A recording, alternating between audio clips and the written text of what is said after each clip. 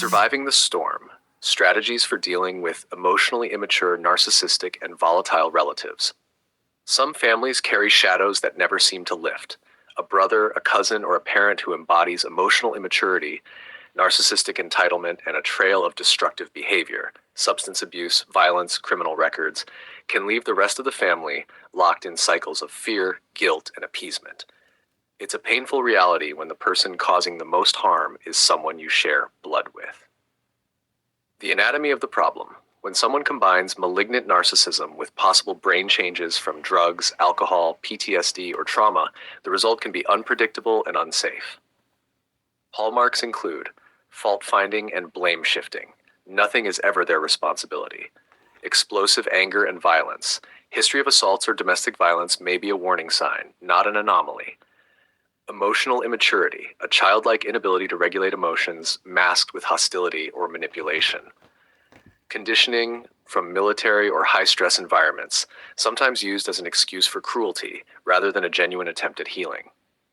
These individuals often demand loyalty while giving none in return, leaving siblings and relatives torn between guilt and self-preservation. The trap of the fawn response.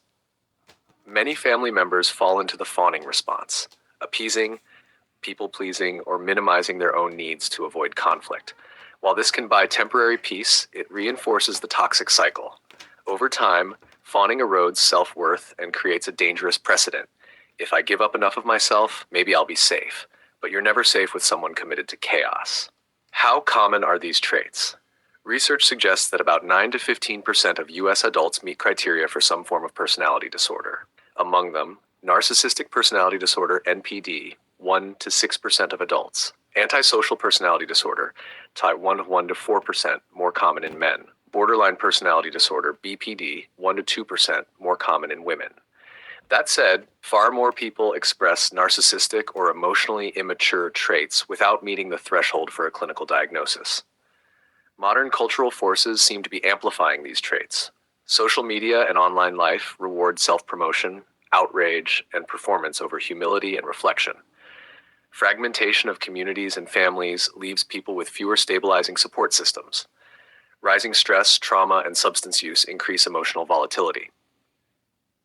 Cultural polarization creates environments where black and white thinking and lack of empathy flourish. In short, while clinical personality disorders are not necessarily increasing, the visibility and impact of narcissistic behaviors are certainly growing. Strategies for survival. When dealing with such individuals, strategies must prioritize safety, sanity, and sovereignty. 1. Strong boundaries are non-negotiable. No contact if possible. Low contact if unavoidable. Clear rules about communication. No late-night calls, no unannounced visits. No is a complete sentence. 2. Detach from the role they script for you. Don't play scapegoat, savior, or punching bag. Refuse to be dragged into circular arguments, fault-finding, or guilt trips. 3. Accept the reality, not the fantasy. Emotional immaturity plus narcissism plus brain injury, PTSD, often means they cannot meet you halfway. Waiting for them to change is like waiting for a storm to apologize. 4. Prioritize safety over sentiment. Someone with a record of assault and domestic violence should be treated as potentially dangerous, regardless of family ties. Protect your physical environment, locks, privacy, digital security. 5. Grieve the loss without the funeral. Sometimes the healthiest stance is to relate to them as if they were already gone. This doesn't mean wishing death. It means letting go of the fantasy of a healthy relationship. Mourning the sibling you wish you had frees you to stop engaging with the one who causes harm. 6. Build your own support system. Therapy, support groups, especially those for families of addicts or veterans, trusted friends. Lean on people who validate your boundaries instead of shaming you for them. Radical self-permission. Family loyalty is powerful, but it should never come at the cost of your safety or sanity. You have the right to walk away. You have the right to choose peace over proximity. You have the right to say, my survival matters more than his dysfunction. In the end, dealing with a malignant, emotionally stunted, violent sibling isn't about fixing them. It's about saving yourself. Sometimes the only winning move is to step out of the game entirely. Trapped in the storm. The impact of emotionally abusive caregivers on children. When a child grows up with an emotionally volatile, narcissistic, or cognitively impaired caregiver, their home ceases to be a place of safety. Instead, it becomes a war zone where every hour is lived under the shadow of unpredictability.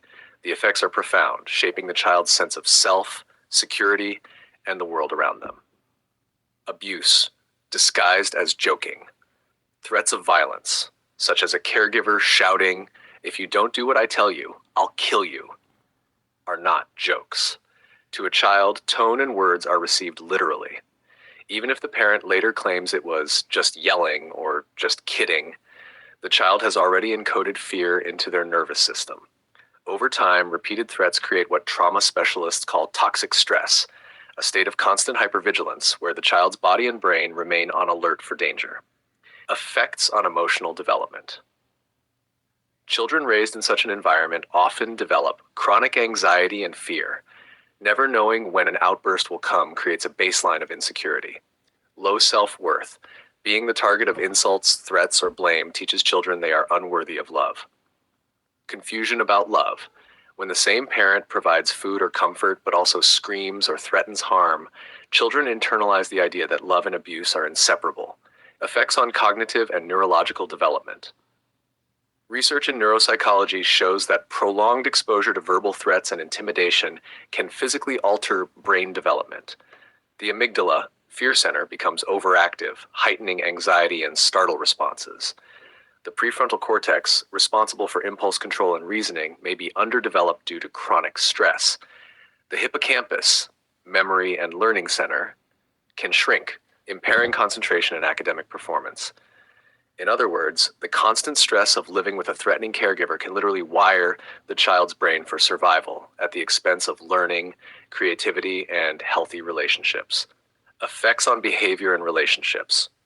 Children with such caregivers may exhibit aggression and acting out, learning to mirror the violent parent's tactics as a way to feel powerful, fawning and people-pleasing, trying to appease the abuser, carrying this habit into adult relationships.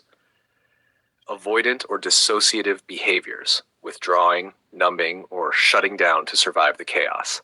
As adults, these children may struggle with boundaries, gravitate toward abusive partners, or carry deep mistrust of authority figures.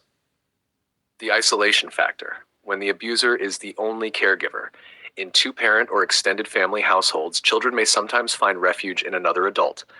But when the abusive individual is the sole caregiver, children are trapped. With no alternative perspective, the abusive parent's reality becomes the child's entire world. This can lead to learned helplessness, believing they have no power to escape or change their situation. Development of trauma bonds, feeling loyalty and attachment to the very person who terrorizes them because they depend on them for survival.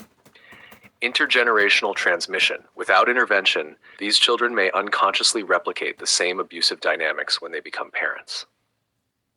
Why threats are abuse. The United Nations and the American Academy of Pediatrics both classify verbal threats of violence as a form of emotional abuse. Abuse is not defined solely by physical bruises. Words shouted in rage, threats of death or harm, and constant intimidation leave invisible scars that are just as devastating as physical assault. What children need instead? Children require safety, predictability, and nurturing. Even in households with limited resources, if a caregiver provides calm consistency, children can thrive. But in households dominated by rage, threats, and volatility, children learn only fear. They may survive, but they do not flourish. Conclusion.